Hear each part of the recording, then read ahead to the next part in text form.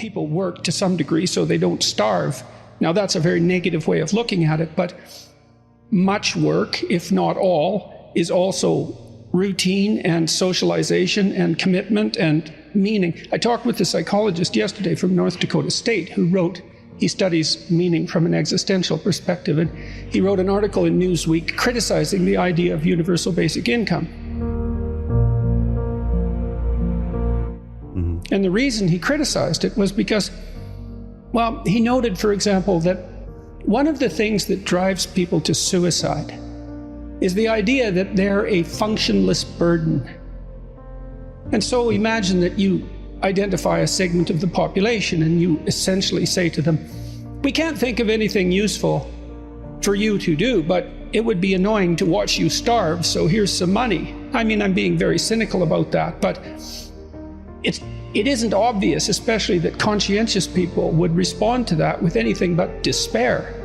And so obviously we need to take care of dispossessed people, but that's a complicated problem, and merely giving people money is not a sufficiently sophisticated solution. And that does go to the dignity of work, right? The need. We're like pack animals.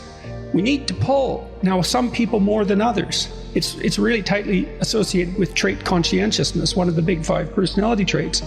But conscientious people who have nothing to do, they despair. It's not in their nature to not work. I think that's absolutely right. I mean, when we have constantly asked about veteran suicide, and what I say is why aren't we talking about active duty military suicide? Why is it when you become a veteran you're somehow more prone to suicide? Now, there's some in PTSD. This is very interesting. My intuition is that it's a loss of purpose and mission.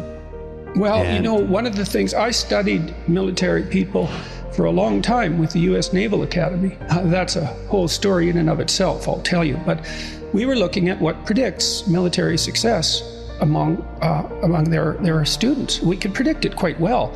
And the most salient predictor, apart from general cognitive ability, which predicts virtually anything complex, and that's IQ essentially, was trait conscientiousness. And the thing about conscientious people is that they live for duty. They are like sled dogs, man. If they don't have a purpose, they'll become desperate. And it's like the upside to conscientiousness is it makes you more successful because you're a harder worker, let's say. You put in more hours. But the downside is if you lose your job, for example, you're made superfluous for one reason or another, you'll eat yourself up with despair. Radical leftists, they react to me this way. They say, well, you hold a position of privilege and power. And I think, first, you don't know a goddamn thing about me, and you have no idea how I got to my position of privilege and power. And it was no birthright, I can tell you that. I was a small, thick-glassed, intellectual, athletic child. I was a year younger than my peers. I suffered plenty of, what would you say, trouble for my loud mouth and my intellect when I was growing up, I had my struggles. I'm not complaining about it. The point is that you can't attribute privilege to a class of people, and you can't attribute power to people who happen to occupy a position of competence and authority either. There's some possibility that they occupy that because they worked hard and were fortunate, let's not forget about that, and had some good social support and didn't have some horrible disease, thank God. But you can't just make the case that the position is there as a reward. It's not there as a reward at all. It's there as a consequence of the person offering something valuable to those who want to pay for it. And the reason you pay for them isn't to reward them. It isn't so that you give them a pat on the back and say, well, you're a good person and you deserve this position. It's because you're saying to them, produce. We find what you're producing of value.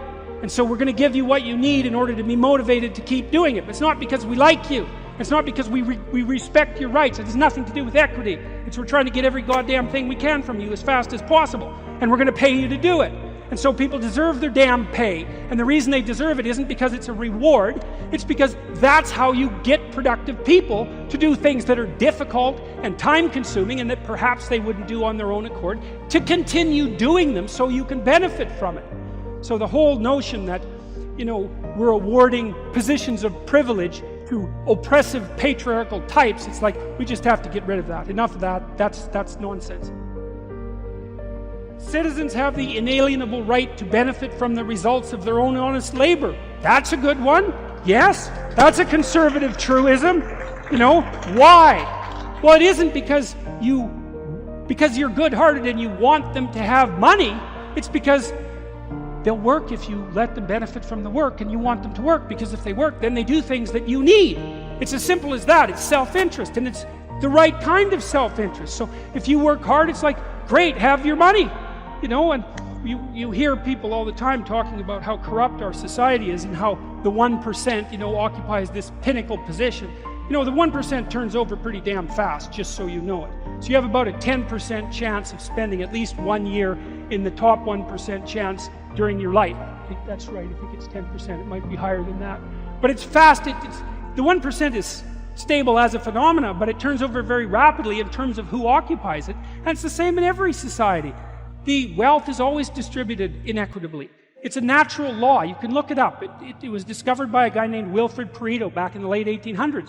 Goods tend to distribute themselves inequitably. It can be a problem, but it doesn't mean that there's something fundamentally corrupt about the social structure that's driving it in that direction. And like, you don't want some filthy rich geniuses lying around? Like, maybe you do. I mean, look at what Elon Musk is doing, for God's sake. Maybe he should have 10 times as much money as he has. He's going to launch a rocket every 5 days to Mars in the next 10 years, right? He wants to wipe out fossil fuel cars, and he might do it. He wants to revolutionize the transportation system, and he might do it. He wants to put us on the damn solar grid with his new batteries, and he might do it. It's like, oh no, he has a couple of $1 billion. Well, God only knows what he's going to produce with that.